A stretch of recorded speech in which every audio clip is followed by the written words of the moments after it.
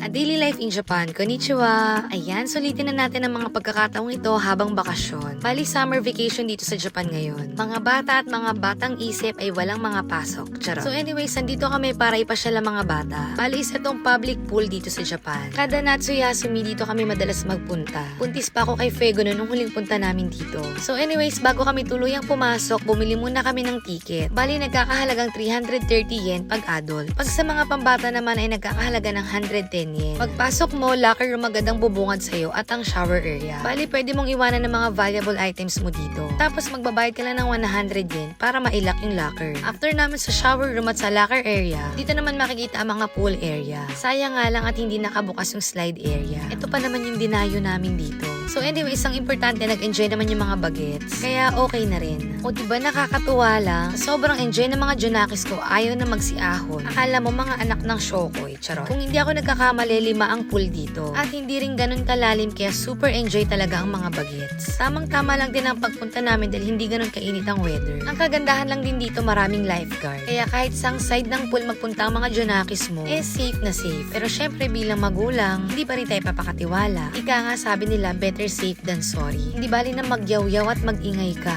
Basta safe ang anak mo at tutok ka sa anak mo. Kaya ayan, for that tampisaw rin ang atake ng mamshi nyo. So anyways, maya-maya pat umuwi na rin kami. Dahil may pasok pa ako sa omisi mamaya. O diba ang bongga? Ang importante na bigyan namin ng quality time ang mga Junakis namin. Balak pa nga sana namin mag-mall after nito. Ang kaso maraming tao. Kaya ito, nagpa-deliver na lang kami sa bahay.